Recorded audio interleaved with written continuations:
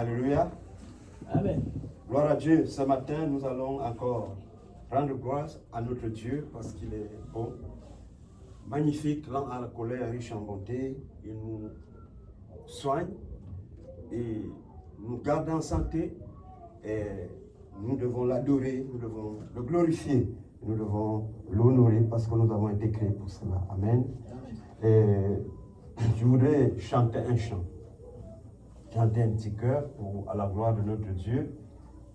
Parce que si je tombe vraiment malade, je ne peux plus chanter. Amen. Donc il faut que je chante maintenant, là, parce que ça me donne la force de chanter de tout mon cœur, de tout mon âme. Jésus, tu es Dieu. Alléluia. Jéhovah, tu es Dieu. De l'éternité en éternité. Jéhovah, tu es Dieu. Jéhovah, tu es Dieu. Jéhovah, tu es Dieu. Alléluia. Loué, tu es Dieu. De l'éternité en éternité, Yahweh, tu es Dieu, Yahweh, tu es Dieu, Yahweh, tu es Dieu, Alléluia, Yahweh, tu es Dieu.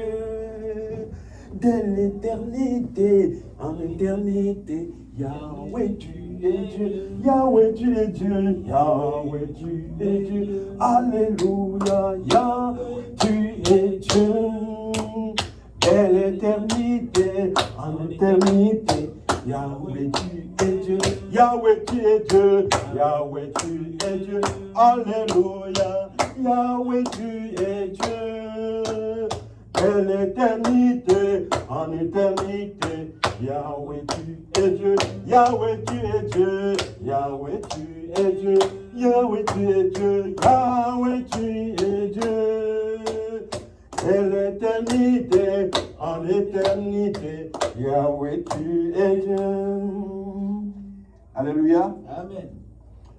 Ce matin, nous voulons examiner la situation dans laquelle nous nous trouvons. En effet, la situation est très, très, très grave. La situation est très grave.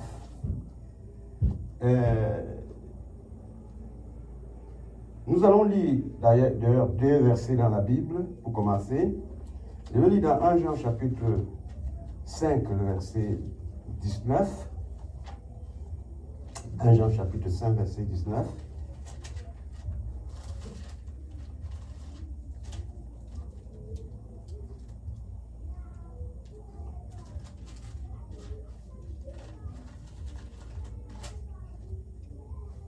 Nous savons que nous sommes de Dieu et que le monde entier gît dans le mal.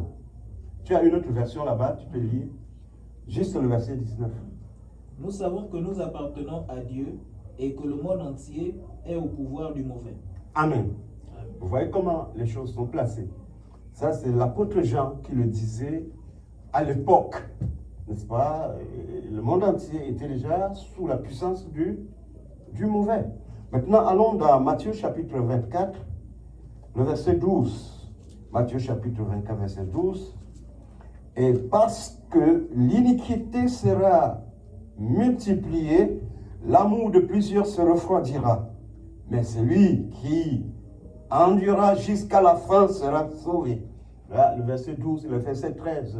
Tu peux encore le lire, frère. Le mal se répandra à tel point que l'amour du grand nombre de personnes se refroidira. Mais celui qui tiendra bon jusqu'à la fin sera sauvé. Amen. Amen.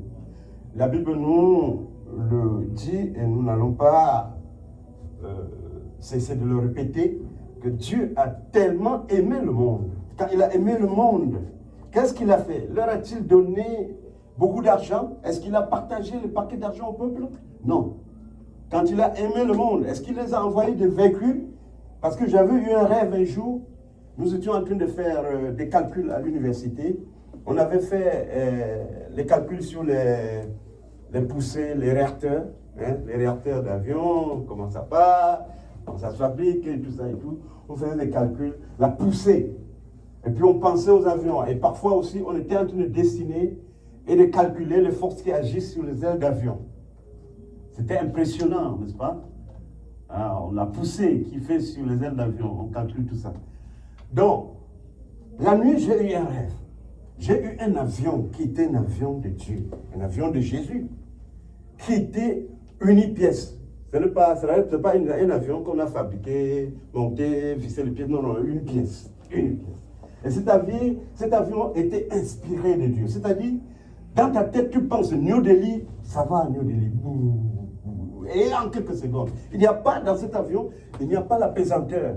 Donc quand il accélère, tu ne sens rien. Il n'y a pas que... Non, tu es comme tu es dans le salon. Amen. Je voulais dire que Dieu a tellement aimé le monde. Est-ce qu'il leur a donné ces avions-là? Non. Leur a-t-il donné des voitures? Non. Leur a-t-il donné de belles maisons? Non. Est-ce qu'il a donné de belles femmes? Non. Parce que quand je presse souvent, je trouve des gens avec les belles femmes, ils me disent, mais Sam, tu regardes toi-même. Hein, je suis au paradis, tu vois. Là, voici, c'est mon paradis.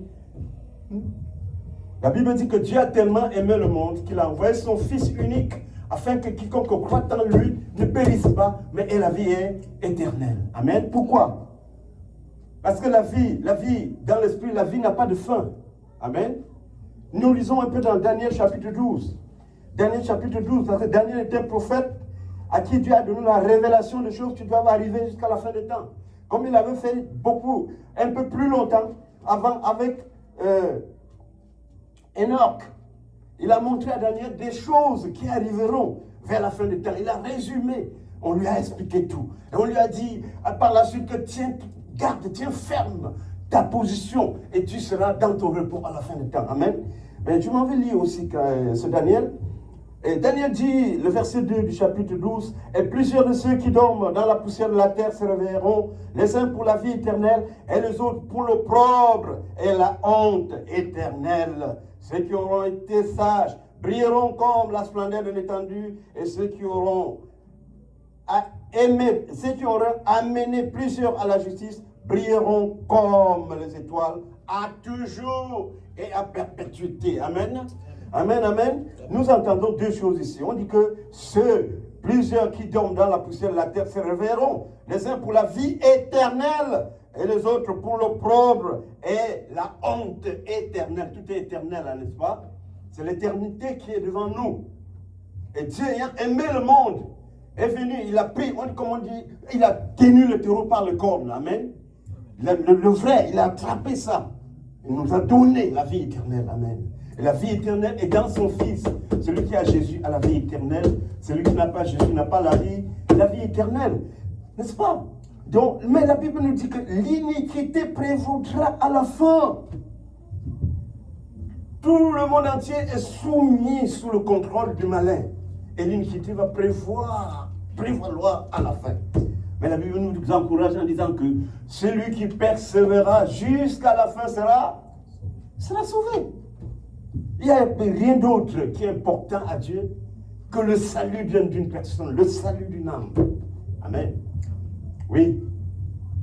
Il n'y a rien qui est important au Tout-Puissant que le salut d'une âme. C'est pourquoi à la résurrection, il vient trouver les apôtres. Où Pierre est essayé n'est-ce pas, de se recueillir en refaisant son travail qu'il faisait avant, la pêche. Il était en train d'arranger sa pirogue pour aller pêcher, comme d'habitude avant qu'il ne commence à entrer dans les affaires de l'église, ou bien alors les affaires de l'apôtre. L'accusation l'avait frappé mal, il était même traumatisé. Il est rentré faire sa pêche, mais le Seigneur vient le trouver là-bas. Parce que c'est fondamental, le salut de l'âme est fondamental. Il lui dit, Simon, fils de Jonas, paie mes brebis. Même tu, il dit, Seigneur, tu sais que je t'aime. Il dit, paie mes brebis, nourris mes troupeaux, nourris mon troupeau. Amen, amen. Va prêcher l'évangile. Alléluia. Parce que c'est plus important au Seigneur que les hommes reçoivent l'évangile et qu'ils soient sauvés. Et la Bible dit, dans Matthieu chapitre 24, verset 14, et cette bonne nouvelle du royaume sera prêchée dans tout le monde entier, sur toute la terre habitée des hommes, pour rendre témoignage de moi, disait le Seigneur, et alors viendra la fin. Et c'est pour cela aussi que dans Luc chapitre 9, verset 60, le Seigneur dit à un monsieur qui avait perdu son papa, frère. Il voulait aller l'enterrer. Il dit, laisse les morts enterrer les morts. Va annoncer le royaume des cieux. Parce que c'est important que quelqu'un se détourne du chemin de la mort, du chemin de l'enfer et suive le chemin du ciel. C'est important. Il n'y a pas de prix, de valeur pour ça. On ne peut pas lui donner une valeur. Amen. Mais oui, c'est pour la vie éternelle. Et c'est la première des choses au Seigneur. La vie éternelle. C'est ce qui l'a intéressé. Parce qu'il est compatissant et miséricordieux. Du haut des cieux, il a regardé. Il a vu que les hommes étaient égarés. Hein? Il dit que les gens ne savaient plus distinguer la droite de la gauche. Ils étaient comme les brebis sans berger. Il a décidé d'envoyer ou alors de prendre corps dans la chair humaine. Parce que Dieu est esprit, n'est-ce pas? Jean 4, 24, Dieu est esprit. Il a pris corps, il est rentré dans le corps physique. Et c'est pour cela qu'on l'appelle fils de Dieu en ce moment-là. Pour venir dans le monde. Pour que quiconque croit en lui ne périsse pas, mais ait la vie éternelle. Il s'est introduit dans le monde, c'est pourquoi il dit, tu entends dans Hébreux chapitre 1, il dit, quand le Fils de l'homme introduit son Fils premier-né dans le monde, il dit que tous les anges de Dieu l'adorent. Est-ce qu'il y a deux dieux? Non, il n'y a pas deux dieux. Il dit que tous les anges de Dieu l'adorent. Alléluia. Ça c'est le verset 6, hein. Et quand tu regardes dans le verset 4, il a dit qu'il est d'autant plus excellent qu'il a hérité un nom qui est au-dessus de tout le nom de tout ange, de toute chose. Et dans, je crois, Ephésiens chapitre 1, verset 12, il nous est dit que c'est un nom qui est au-dessus de tout ce qui se nomme. Que le nom de Jésus est au-dessus de tout ce qui se nomme. Non seulement dans ce siècle, mais dans le siècle à venir. Donc vous comprenez, qui est donc celui qui porte un nom qui est au-dessus de tout ce qui peut se nommer dans ce siècle et dans le siècle à venir. Alors, dans ce même Hébreu, au chapitre 1, toujours au verset 10, il dit donc, regarde, écoutez frère, il dit que tu as au commencement fondé la terre et les cieux sont l'œuvre de tes mains. Et qui a créé la terre et les cieux? Genèse 1, au commencement, Dieu créa la terre et les cieux. Il dit, tu as au commencement fondé la terre et les cieux sont l'œuvre de tes mains. Tu comprends? Ça, c'est Dieu version physique. Parce que Dieu est esprit. Amen. Dieu version, quand il rentre dans le corps physique, on l'appelle fils de Dieu, le Messie. Dieu version physique. Amen. C'est Dieu version physique. C'est pourquoi vous entendez, il n'y a pas de Dieu, il y a un seul Dieu. Dans Ésaïe 44, verset 24, il dit, moi seul j'ai créé la terre. Amen, amen. L'Éternel dit à Ésaïe, dis-leur, moi seul j'ai créé la terre. Moi seul j'ai formé tout ce que vous voyez là. J'ai fait les cieux tout seul. Amen, amen. Et ici nous apprenons que le Seigneur dit de Jésus que toi, au commencement, tu as fondé la terre. De la même manière que tu vas aller dans Jean chapitre 1, au verset 1, on dit au commencement était Dieu. Était Dieu, au commencement était la parole, et la parole était auprès de Dieu, et la parole était Dieu en même temps. Et la Bible nous dit que par elle, tout a été créé, les visibles et les invisibles. Sans elle, rien de ce qui existe n'a été créé. Amen. Elle était la véritable lumière qui, venant dans le monde, éclaire le monde. La lumière qui me fait comprendre que l'adultère est une mauvaise chose, c'est une chose très grave aux yeux de l'Éternel, c'est la mort. Forniquer comme ça, c'est la mort. Parce que Dieu n'a pas créé quelqu'un pour vivre comme ça, là, pour servir comme le coup ou le secours. Ni une femme, ni un homme. L'Éternel est saint et toi. Il n'y a pas ça en lui. Amen. C'est la mort. C'est cette lumière. La parole de Dieu nous le fait comprendre que c'est la mort. L'impudicité, les œuvres de la chair, c'est la mort. Romains chapitre 8. Vous allez bien comprendre ça, qu'on explique ça comme ça.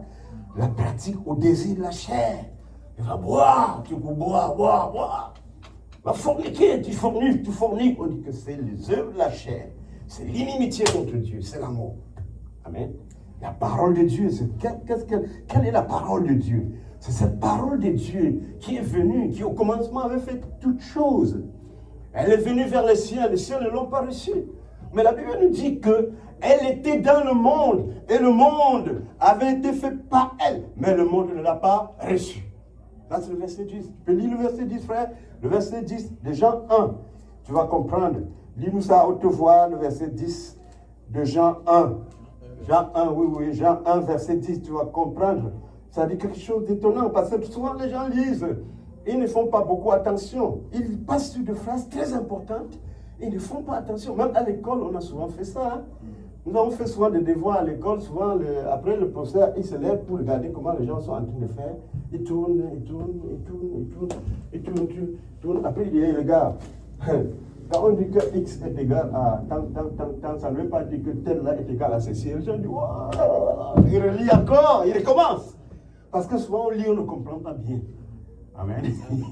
D'où souvent la différence entre un A+, un B, un C, et tout ça là. Parce que souvent, on croit qu'on a compris, mais on n'a pas vraiment compris. Lis-nous le verset 10.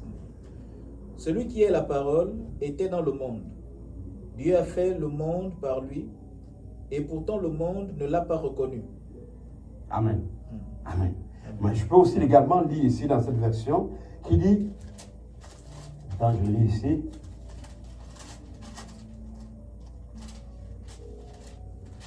Verset 10. Évangile de Jean, verset 10. Chapitre 1. Il était dans le monde, et le monde a été fait par lui, mais le monde ne l'a pas connu. Vous comprenez, frère? C'est pourquoi, dans Hébreu, nous avons bien lu que tu as au commencement fondé la terre, et les cieux sont l'œuvre de tes mains. C'est pourquoi Jean-Baptiste également dit qu'il a son outil à nettoyer. Il nettoiera son champ, cela dit le monde. Il ramassera les grains dans le grenier, mais il brûlera la paille dans un feu qui ne s'éteint point. Nous comprenons. La situation est très grave. La situation est extrêmement grave. Grave. Vous voyez, dans la loi, on disait, c'est écrit, celui qui commet adultère, il ne doit pas commettre adultère, n'est-ce pas? Par exemple, ça c'est normal. Tu ne dois pas adorer les idoles. Amen. Ça fait partie du premier commandement du Seigneur. Tu n'auras point d'autre Dieu devant ma face. Vous ne vous prosternerez jamais devant ces statues, chose que est l'Éternel Dieu. Mais vous allez voir qu'il y a même des églises qui ont des statues. Par exemple, hier j'étais en train de distribuer l'évangile aux gens. Une dame m'a dit que non, moi je suis catholique. J'ai dit, oui. Tu adores la statue de Marie? Dit oui, j'adore la statue de Marie. Donc, je ne peux pas prendre ça. Tu comprends?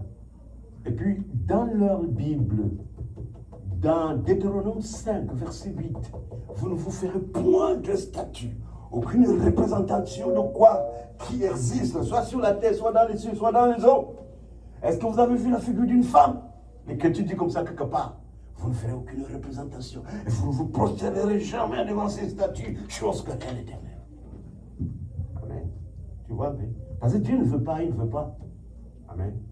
Mais d'où, comment nous sommes arrivés à faire exactement ce qu'il ne veut pas? Alors, celui qui ne commettra point d'adultère, celui qui commettait adultère, par exemple, on l'a lapidé, mais va maintenant dans les églises là. Si nous trouvons une église la plus proche, tu vas voir les hommes bandés comme les saucissons, les sexes gonflés devant, les seins bombés là-bas, ils gesticulent devant les adultes et les enfants à l'âge de puberté. Alors que l'apôtre Paul dit quoi? L'apôtre Paul dit quelque chose. L'apôtre Paul dit quelque chose. L'apôtre Pierre nous dit quelque chose. La pierre que le Seigneur a poussé de force là, il nous dit quelque chose là. Et je vais lire ça ici, bien aimé. Non, c'est 1 Pierre chapitre 3. Dans 1 Pierre chapitre 3, c'est Pierre dont on a poussé, il faisait sa pêche. Hein. Il ne veut pas, lui, s'occuper des affaires des gens, de la vie des gens, non, il voulait faire seulement sa pêche. Et Dieu est venu le parler, le pousser, il laissait ça pour aller faire l'évangile. Et voilà ce qu'il nous dit. Il nous dit, femmes, soyez de même soumises à votre propre mari, afin que s'il y en a qui n'obéissent point à la parole, ils soient gagnés même sans parole par la conduite de leur femme. Comprenons. Lorsqu'ils verront votre conduite chaste et respectueuse, dont la parure ne doit pas être cette parure extérieure de l'entrelacement des cheveux et le parement d'or ou le port de vêtements d'apparat, mais que ce soit celle de l'homme caché du cœur dans ce qui n'est point corruptible, soit l'ornement d'un esprit doux et paisible, lequel est d'un grand prix devant Dieu. Donc voilà, c'est l'apôtre Pierre qui nous parle de ces choses. Et je ne veux pas perdre du temps, je crois que ça suffit. Si nous allions dans 1 Timothée chapitre 2, nous allons entendre l'apôtre Paul citer les mêmes choses. Citer les mêmes choses. Et parce que la Bible dit que vers la fin, l'iniquité prévaudra. Maintenant, ça n'a plus de valeur, ça n'a pas de sens. C'est comme de la folie. Hein? Si tu dis ça dans un certain lieu, les gens vont se révolter. C'est comme de la folie. Mais la Bible nous dit dans Luc chapitre 10, verset 16, que celui qui vous écoute m'écoute. Il disait ça aux apôtres. Celui qui vous rejette me rejette. Et celui qui me rejette celui qui m'a envoyé. Amen. Donc on ne peut pas espérer à la vie éternelle quand on n'écoute pas la parole. Amen. Au commencement était la parole. Alléluia. Amen. La parole était auprès de Dieu et la parole était Dieu. On dit que le peuple périt faute de connaissance. Connaissance de quoi? De la parole de Dieu. Mais maintenant, depuis les temps anciens, on nous a écrit que toute la création est soumise sous la puissance du malheur. 1 Jean chapitre 2, verset 15. Que celui qui aime le monde, l'amour du Père n'est point en lui. Tout ce qui est dans le monde, la convoitise de la chair, le je suis, j'étais, j'ai, ça reste au monde et périt avec le monde. Mais celui qui est dans le Christ demeure éternellement. Parce que Dieu est esprit, voyez-vous. On parle beaucoup de Dieu maintenant. Tu ne peux plus voir quelqu'un facilement dire quelque chose que le Seigneur lui a chargé de faire directement. Parce que nous sommes éloignés de Dieu. Nous sommes éloignés de Dieu. À l'époque, quand nous grandissons aussi dans l'église, on nous préparait parce qu'il fallait que le chrétien soit baptisé du Saint-Esprit. Nous devons nous assainir de toutes ces choses que vous voyez là. Beaucoup de choses. Presque le tout là pour nous consacrer à l'étude de la parole, à la prière. Moi, je suis baptisé du Saint-Esprit un 12 juillet. Je ne peux pas oublier la date. Si je me demande, je me suis marié quand ma belle femme, je ne peux pas te donner la date, mais le jour que j'étais baptisé du Saint-Esprit, je ne peux pas oublier. Amen. Parce que Jésus dit, vers la fin du temps, ce qui arrivera au temps de Noé arrivera. Les gens mangent et buvaient, se mariaient et donnaient des enfants au mariage, jusqu'à ce que Noé entre dans l'arche. Ce qui est plus important, c'est la vie éternelle. Amen. Ah oui, c'est la vie éternelle. La vie éternelle. Alléluia. Que ce sera la portion de chacun qui écoute ce message. La vie éternelle. Que l'éternel nous aide. La vie éternelle. Donc, l'iniquité prévaudra. Dans 2 Timothée chapitre 3, verset 4, on dit que vers la fin des temps, les gens aimeront le plaisir plus que Dieu. Amen. Les gens aiment le plaisir plus que Dieu. Et Dieu avait créé l'homme pour l'adorer. Et se jouir de ses relations avec lui pour toujours. Voyez-vous, quand tu es, même dans nos pays, là en Afrique, quand tu as des relations, par exemple, tu es très content, non? Tu es très fier. Hein? Il y a les relations. Même jusqu'à la présence, il y a des relations jusqu'à la présence. Amen. Il y a des histoires que j'ai vécues là-bas chez nous. Relations, c'est important. Les gens ont des relations avec le procureur, le gouverneur. Ils ont des relations avec le commandant de la Légion. Ils ont de bonnes relations avec les généraux du corps d'armée. Hey! Le chef d'état-major général des armées. Un jour, on était au quartier général. Le chef d'état-major général des armées. Il est toujours puissant. Il y a des relations avec les gens comme ça.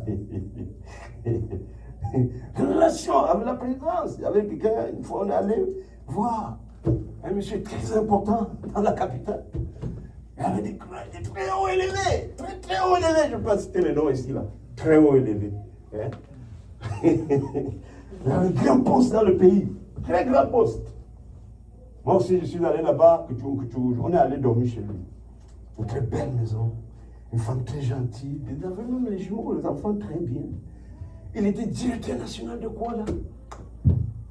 Puis la nuit quand je dors, j'entends la voix du Seigneur. Qu'est-ce que tu fais dans cette maison? Pourquoi tu es arrivé dans cette maison? Et le reste de la nuit, frère, je n'ai pas dormi ce matin. On est parti, je n'ai pas dormi. Parce que c'était des gens qui étaient dans des choses bizarres. il est calme, il n'a pas de bruit chez lui, il y a beaucoup d'argent, tout le monde est content. On le respecte, tout le monde respecte parce qu'il a l'argent, non? Mais c'était dans des choses pas agréables. Amen. pas agréables. Si Dieu te ouvre les yeux pour que tu vois ce qu'ils font. Tu vas fuir comme tu me disais quelqu'un sans prendre ton sac. Amen. Tu vas fuir sans prendre ton sac. Alléluia. Comme nous dit encore une autre personne, il dit que, regarde, est-ce que tu as vu que la femme, c'est-à-dire ici le nom des bourgeois qui ont les immeubles là. Tu vois le long immeuble là, quand tu vas dans une, tu vois le long immeuble là, c'est pour eux. Et que tu as entendu que la femme, elle a fait les chicanes chez elle, chez son mari. Elle a discuté un jour avec son mari, elle a entendu ça. Tu as entendu que l'autre, par rapport à l'autre, comme vous connaissez, elle a discuté avec son mari. N'est-ce pas, on les rencontre tous les jours, de boîte de nuit avec des petites filles, plus jeunes que leurs filles. Est-ce que leurs femmes se sont? C'est parce qu'il y a les immeubles, il y a l'argent. Donc, vous trompez. D'autres font la mission, c'est seulement pour l'argent, ce n'est pas pour toi. C'est-à-dire, ils viennent pour ramasser l'argent et donner à leur famille.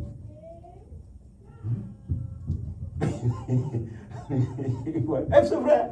Moi, quand je faisais l'entrepreneuriat, on faisait des trucs de contrat. À un moment donné, je devais, à midi 13, aller manger quelque part. Je suis allé manger quelque part chez une dame qui avait le restaurant. En tout cas, on allait en groupe là-bas. Comme d'habitude, je dois aussi souvent donner les traités aux gens. J'avais déjà essayé de faire ça. J'ai trouvé qu'elle était là et sa fille servait. Elle était très mal habillée. J'ai dit que, hey, il se pourrait que la maman, si a parlé, la fille n'a pas compris. Il faut que moi je parle en tant qu'étranger, ça peut faire quelque chose. Il dit que ma fille, viens. Tu ne dois pas t'habiller comme ça. Habille-toi correctement, sois comme une enfant respectable. Je n'aime pas ça. Je parle. Après, la maman m'appelle, elle me dit, laisse l'enfant. C'est par là qu'elle veut chercher son chemin, laisse-la. Je me dis que toi aussi tu es un homme. Mais ça, c'est quoi ça? Beaucoup de mères veulent utiliser leur fille pour gagner de l'argent. L'Éternel regarde ça comme ça. Ça dit, on s'est déporté totalement des principes d'union que Dieu avait établis. On s'est déporté complètement. La Bible dit, vers la fin, l'iniquité prévaudra. Les gens ne sont plus là pour bâtir un foyer. Ils s'en foutent du foyer.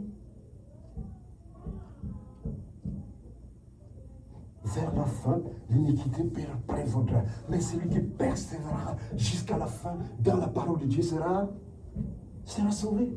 Amen. Il y a beaucoup de choses que Dieu voit, il ne dit rien.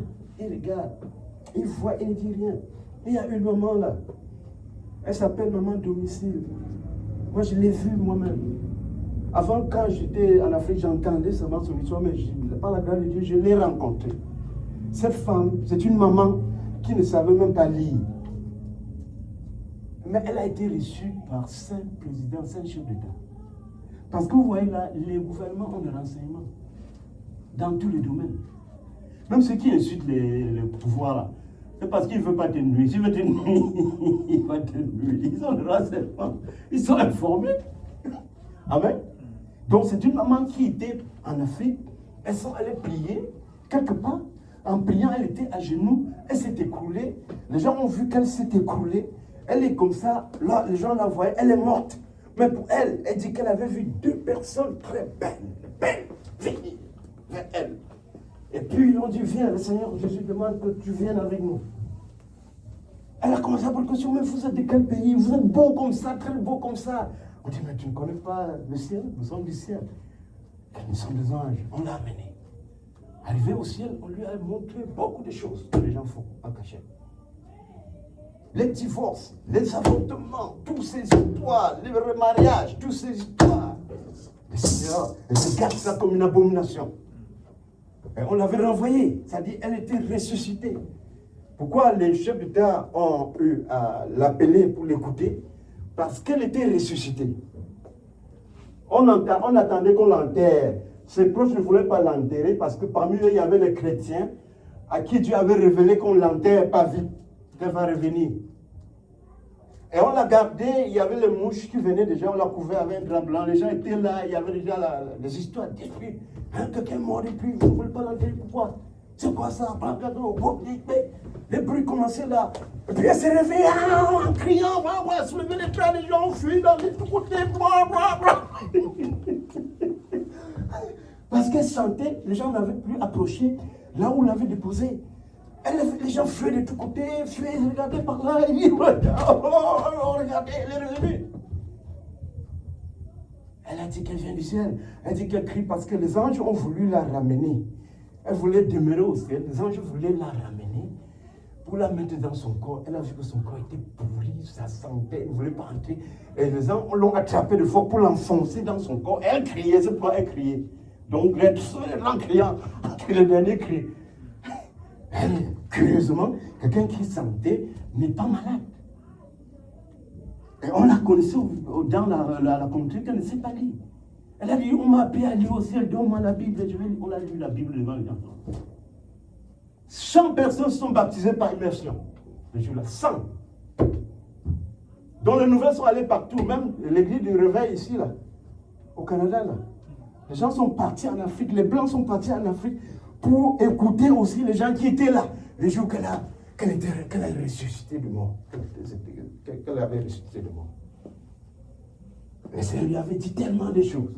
Elle a écrit son témoin, quand elle parle, elle fait la conférence, beaucoup de gens ne veulent pas écouter. Parce que ça touche les mauvaises choses qu'ils font. Mais est-ce qu'on peut contrôler l'Éternel? On ne peut pas contrôler l'Éternel. Non, on ne peut pas. On ne peut pas contrôler l'Éternel. Il dit que le mariage, c'est un mariage. Il n'y a pas de mariage, il y a un mariage. On a cassé l'autre, on refait l'autre. Et ça correspond à ce que Jésus avait dit. Quiconque épouse une femme divorcée commet adultère. Comme personne ne sait pas ce que Dieu a uni, par exemple. Habillez-vous d'une manière décente.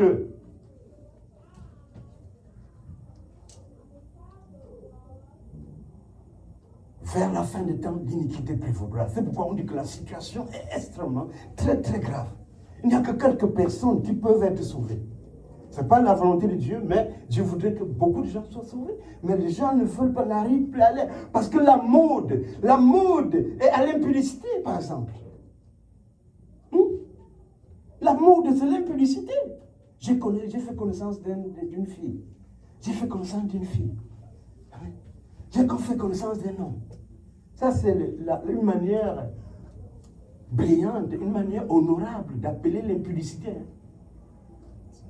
Oui. Cette personne que tu as dit qu'elle fait connaissance là, c'est destiné à un mariage. Et c'est pourquoi les mariages ne sont plus stables. Parce que même quand les gens sont dans le mariage, ils sont obligés de comparer à de multiples contacts, réunions qu'ils ont fait avant. Or, ce n'était pas fait pour être comparé. On ne devait jamais comparer ça. Jamais. Parce que le mariage n'est pas cette sucre d'union-là. C'est beaucoup plus que ça. C'est un état spirituel, c'est un état des choses, c'est l'image de l'Église. C'est-à-dire supporter les souffrances de tous côtés. La femme doit supporter, servir son mari. Se soumettre, la Bible dit en toutes choses comme au Seigneur. De l'autre côté, l'homme doit supporter comme Christ supporte l'Église. Comme Christ nous supporte. Il ne me remet pas selon mes fautes. Sinon, je ne serais même plus là. Il ne remet à personne selon ses fautes. Il supporte, il endure. Pour nous présenter devant Dieu sans tâche. C'est ce que l'apôtre Pierre explique, que le mari doit veiller pour que la femme soit bien, pour la présenter d'une manière irréprochable devant Dieu. Malheureusement, c'est les femmes qui commandent les hommes aujourd'hui. J'étais au magasin, j'ai vu une femme commander son mari. Je lève la bouche comme ça, l'homme avance comme ça. Ça m'a choqué. Je suis allé pour donner un papier d'évangile à cet homme.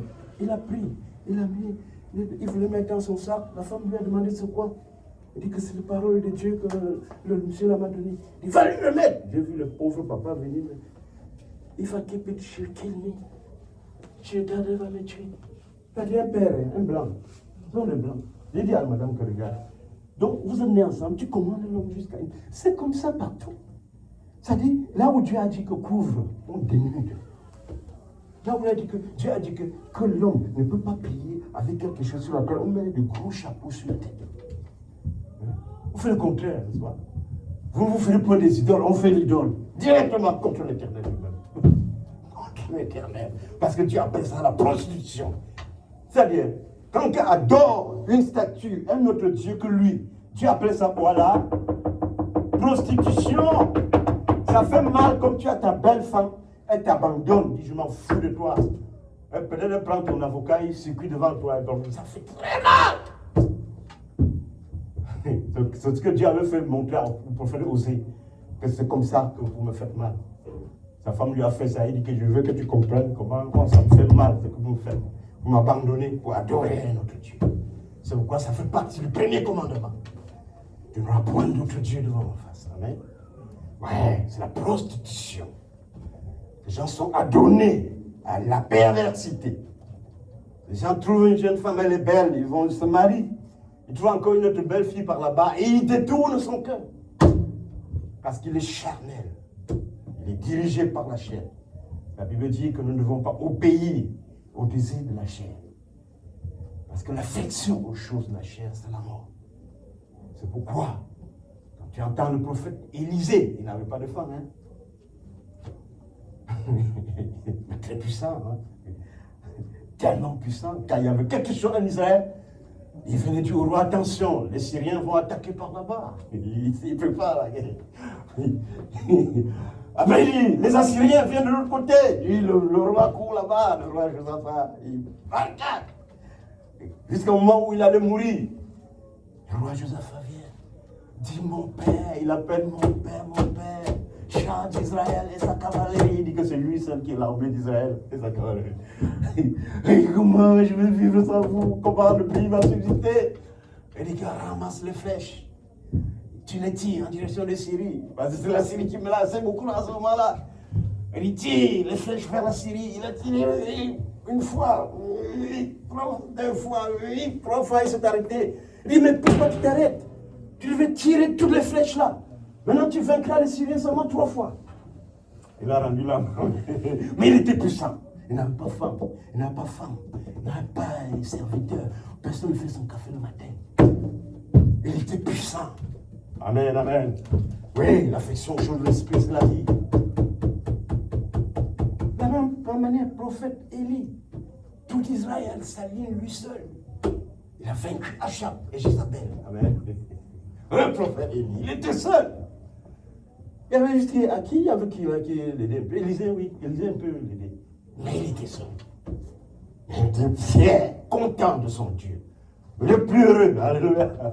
Le plus heureux, parce que Dieu nous a créés pour avoir de bonnes relations avec lui. Et avec les relations avec le Seigneur, nous sommes plus que heureux. Et pour le Seigneur, moi, j'ai une meilleure relation totale, 100% avec lui. Tu es plus heureux que tout le monde. Élisée était le plus heureux. Amen, amen, amen. Élie était le plus heureux. Jean-Baptiste était le plus heureux, le plus instruit. Même comme il vivait en brousse, il pouvait venir avertir le roi en public qui a le courage de le faire. Il est venu avertir le roi à Jérusalem. Attention, parce qu'il le prend comme. Il prend le roi comme un pervers, quoi.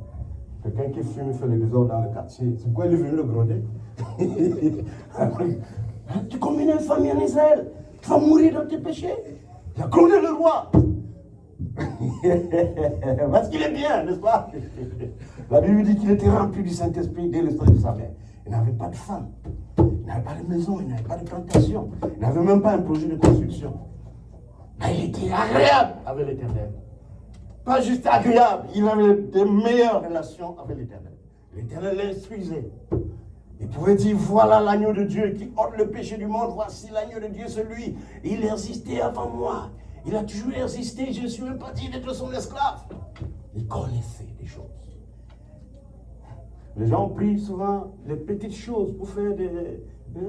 pour prendre ça, pour mettre à la place de meilleures choses. Parce qu'ils ne savent pas, n'est-ce pas? On regarde au bout de notre nez, on ne regarde pas plus loin. Le Seigneur est venu nous donner la vie éternelle. Parce que ton âme doit vivre, c'est-à-dire, tu dois vivre éternellement. Il ne faut pas que tu vives plutôt du côté mal. Du côté de la honte et la souffrance éternelle, où la Bible dit, le cri de leur tourment montent au siècle des siècles. Ils n'ont pas de repos ni jour ni nuit. Les gens font beaucoup de choses, ils croient que c'est caché. Le jour que le Seigneur est venu me parler pour la première fois, il m'a montré ma vie, des choses qu'il avait fait quand j'étais tout petit. Je voyais avec lui comment je faisais. C'est-à-dire, je suis maintenant un observateur, me voir, faire. C'est pas facile, hein. J'étais abattu. Mais j'ai tout effacé. Tu viens de te faire baptiser, c'est fini. Mais il faut faire attention, parce qu'on doit encore regarder. Hein? Tout chrétien doit être humble. Qui est le chrétien qui vit sans commettre d'erreur? Nous devons être tous humbles. Pardonne-moi mes offenses, Seigneur, comme je pardonne à ceux qui m'offensent. Même quand tu fais tes efforts pour être intègre, là, il y a toujours des erreurs, des fautes. Parce que tu es saint, 3 fois saint. Ne laisse pas le coupable pour innocent. Amen.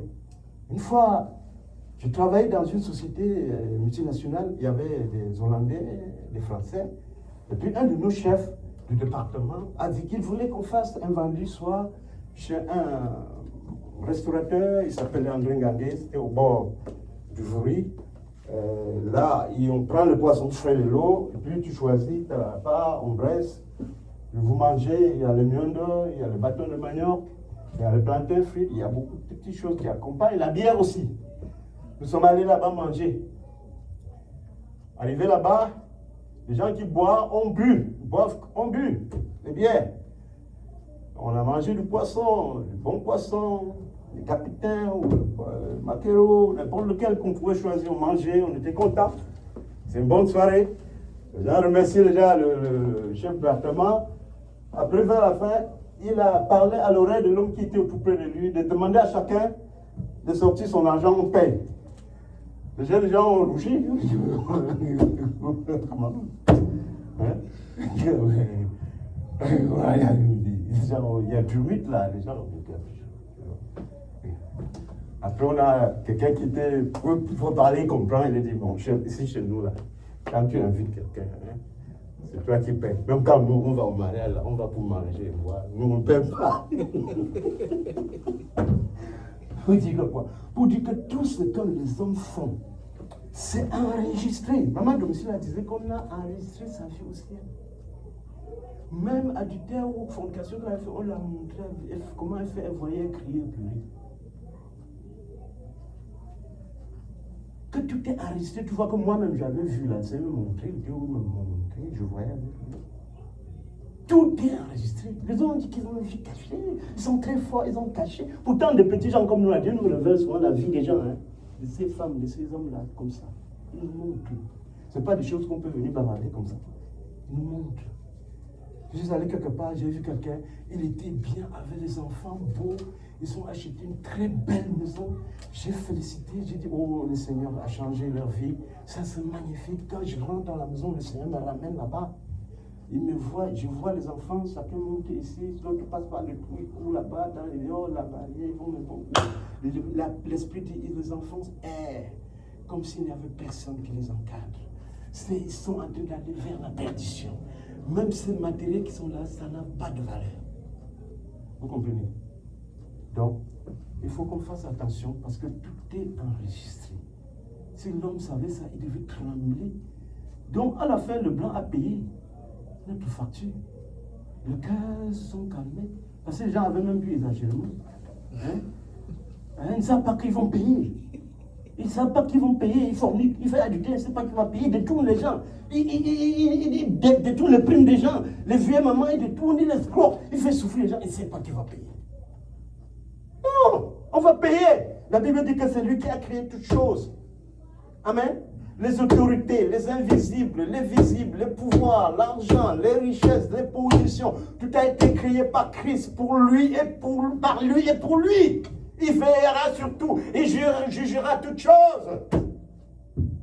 Il revient comme juge des vivants et des morts. Il ne vient plus partager le pain comme un agneau. Non, il vient comme le lion, juge des vivants et des morts. Que tout le monde craigne le Seigneur et tremble devant ce Jésus. Que tout le monde l'aime. Je nous sois à l'université, chaque fois que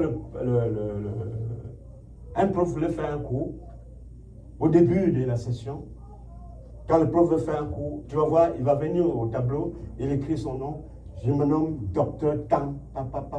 J'ai fait mes études dans telle université. Ça peut être à Harvard ou MIT ou bien à l'université de Polytechnique de Montréal ou McGill ou quelque chose comme ça. J'ai travaillé sur le projet des F-22, c'est un autre qui nous a dit ça. J'ai travaillé sur Bombardier. Je travaillais sur Bombardier. J'étais dans l'armée avant de venir ici. Nous avons fait ceci, on a créé telle chose, on a fabriqué ceci, on a pas. Pourquoi le professeur fait ça aux jeunes étudiants? Parce qu'il faut que l'étudiant sache que lui, qu'il a aimé être ingénieur, sache qu'il a la véritable personne qui va lui donner ce qu'il faut pour qu'il soit un ingénieur. Ce n'est pas parce que le professeur veut se montrer, ce n'est pas à ce niveau-là, au petit gars, non. Ce n'est pas là-bas, il va aller faire des conférences. Mais il l'explique. Et à l'université, on tutoie le prof, l'étudiant tutoie le prof. Pourquoi? Parce que le système veut que le professeur prenne l'étudiant comme son ami, c'est-à-dire qu'il s'échange pour qu'il puisse avoir plus de compréhension, plus de détails, qu'il n'y ait pas de complexe. Donc on dit professeur, parce que souvent j'étais très étonné, la première année, quand je voyais quelqu'un, pendant que le professeur est en train de manger, il est en train de manger son 108, je viens même d'arriver, il s'assoit, il mange d'abord ses 108, après il dit, professeur, je n'ai pas compris ce que tu as dit là-bas, ça me faisait vraiment mal. Et le professeur arrête tranquillement, il lui explique posément. À la fin, il dit que celui qui n'a pas bien compris, mes heures de bureau sont tant, vous passez me voir, je serai toujours là. Amen. Donc, pourquoi le prof raconte ce qu'il a fait dans la vie? C'est pour que les gens prennent ce qu'il dit au sérieux. Parce que son souci est que le cours qu'il dispense là, que les étudiants la maîtrisent, n'est-ce pas, comprennent bien ce cours-là. Alléluia. C'était comme ça, c'était l'esprit. De la même manière, je fais un peu, même l'apôtre Paul, à un moment donné, quand les gens ne le comprenaient pas, il a expliqué. Ça, c'est Actes chapitre 26, à partir du verset 14. Ou bien dans Actes chapitre 9, il explique comment le Seigneur Jésus lui-même lui a apparu sous forme d'une lumière inaccessible quand il était sur le chemin de Damas. Il leur explique que moi j'étais contre ça. J'allais combattre les chrétiens jusqu'à Damas. Mais en route, j'ai été visité par le Seigneur. Il explique comment ça s'est passé. Il explique dans Actes 26 comment ça s'est passé. Et l'apôtre Jean explique aussi comment il a eu le livre d'Apocalypse. Il était en train, à cause du fait qu'il prêchait, ça énervait les gens, on l'a jeté dans une île où il y a des animaux sauvages, on voulait qu'ils meurent là-bas. Les animaux le dévorent là-bas. Et c'est là où Dieu est descendu avec le livre d'Apocalypse. De la même manière pour Pierre. Pierre disait qu'il était en train de chez lui, il dormait, le Seigneur a fait descendre une vision. À un moment donné, on explique pourquoi on fait certaines choses. Bon, quand l'Éternel m'a parlé aussi, il m'a dit, tu dois prêcher. Il m'a montré l'état de l'église, comment les choses étaient graves. Il m'a montré, il m'a fait monter, il m'a parlé. Va encourager les autres à venir dans ce royaume. J'ai gardé ça pour moi-même. Je suis allé expliquer au pasteur. Le pasteur a dit, mais moi ça n'a pas écrit. J'ai mis ça pas écrit. Quelques années plus tard, ou bien un an, c'était quelque chose comme ça, ils ont invité des pasteurs, c'est-à-dire, ce sont les Wesley, ils sont à Vancouver, de l'autre côté du Canada, là-bas, Vancouver. Stacy, puis là, Wesley, ils sont des pasteurs là-bas, c'est une famille de pasteurs. La femme, bon, elle est prophète plutôt, elle prophétise, son mari est pasteur. Donc, quand arrivé ici, là, ils avaient une conférence avec d'autres pasteurs qui étaient venus et j'étais présent. Hein? Donc, la dame dont je parle là, c'est celle-ci, c'est Stacy. Donc, si quelqu'un met Stacy Campbell, tu vas la voir à l'internet. Et ce qui est fait, comment l'Éternel l'utilise dans beaucoup de révélations. Amen. Parce que les femmes prophétisent, hein, c'est biblique. Hein? Les hommes et les femmes prophétisent, c'est bien annoncé. Donc, à cette conférence, l'Éternel, elle prophétisait sur les gens. J'étais assis au milieu. Elle prophétisait. Les gens sont venus, elle appelait les gens à prophétiser. Moi, elle dit, ok. Dans mon cœur, il dit que moi, je parle mon temps tout le temps. C'est ma vidéo pour évangéliser. Donc, si l'Éternel la parle vraiment, là, elle va parler de ça. Mais, elle dit, toi, viens, je me lève. Je regarde derrière, il dit, non, toi-même, viens ici, viens.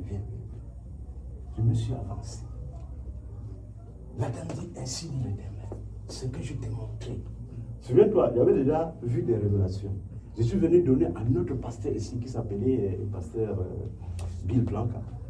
Hein? C'est un grand pasteur. Hein? À l'époque, il est l'ami du pasteur du centre de réveil. Ils sont toujours ensemble. D'ailleurs, quand je vois le pasteur du centre de réveil, on parle de lui. Il me demandait dernièrement où il est, si je l'ai vu encore. Et il était allé au nord du Canada pour prêcher. Il dit, ainsi dit l'Éternel, c'est que je t'ai révélé. Explique-le aux autres. Parle aux gens. Qu'aucun pasteur ne te décourage. Continue, je suis avec toi. Vas-y. Continue à prêcher aux gens. Continue à encourager les gens. Elle a dit beaucoup de choses. C'est bien que le jour-là, les Blancs après m'ont dit, ça, ouvre une église, on va aller avec toi. Hein? Donc pourquoi je fais ça aujourd'hui? C'est pour que, si par exemple quelqu'un ne comprend ce message, qu'il ne veut pas prendre au sérieux, vraiment qu'il prenne au sérieux, c'est mieux. C'est bon. Il faut qu'il prenne au sérieux, c'est ce que je dis là. C'est très sérieux. Quand je vais arriver à Vancouver, je vais la rendre visite. Même si quelqu'un va à Vancouver, il dit que il est trouvé, il dit que mais, tu t'es arrivé à Ottawa, il y avait un Africain à qui tu avais prophétisé comme ça, elle va se rappeler. Elle a déjà donné beaucoup de prophéties dans le monde. Beaucoup qui sont réalisées. Donc, l'Éternel m'a montré que beaucoup de gens vont aller en enfer. Beaucoup vont aller en enfer. Et il me poussait au ciel, vas-y, encourager les autres à venir dans ce royaume. Parce que c'était beau, magnifique. Magnifique. Je ne veux pas rentrer. Hein. Va encourager les autres à venir dans ce royaume. Ah. Amen. Et le bon d'écouter. Pas juste d'écouter, mais de partager. Parce que le Seigneur a dit, celui qui ne bâtit pas avec moi, détruit. Il faut partager, il faut instruire les gens. Les gens meurent parce qu'ils n'ont pas la connaissance de la vérité. Il faut partager. Que le nom de notre Dieu soit magnifique. Que beaucoup d'âmes se retournent vers le Seigneur. Quand l'Éternel me parlait, quand Jésus est venu me parler, au moment où j'étais obligé de changer le drape, il m'a parlé. C'était comme si c'était tout proche. Son avènement était si proche. C'est après que je suis venu à mon Dieu. Non. S'il me dit d'avertir les gens partout, ça veut dire qu'il y a encore du temps. Hein? Puisque s'il n'y a pas de temps, je vais me dire d'aller avertir les gens partout le soir. Hein? Et par la grâce de Dieu, je suis arrivé même en Israël. On dit qu'ils ne reçoivent pas l'évangile. Ils ont reçu l'évangile, frère. Beaucoup ont reçu l'évangile. J'avais un endroit où j'ai imprimé les traités. Comme il y avait déjà les troupes de guerre, j'imprimais, c'était à Jaffa. Hein? À côté de Jaffa, oui. Et si j'ai l'email du monsieur, si je lui dis que bon, je veux tel nombre de traités, il imprime avant que je vienne. Et même maintenant, il écrit, il va croire que je suis là-bas, il va faire. Laisse les morts enterrer les morts. Il va annoncer l'évangile. Ça, tu ne peux pas dire que tu es pour Jésus. Tu es innocent, tu es indifférent dans cette chose. Les enfants sont perdus. Les enfants sont perdus, égarés. Tu es à la maison, ça ne te dit rien. Tu attends qu'ils viennent à la maison. Non. Alléluia. Je suis content. Je suis content. Je suis content dans le Seigneur. Je suis content. Très, très content. Très, très content, mon Dieu. Je suis content. Je suis content. Très, très content dans le Seigneur. Amen. Amen.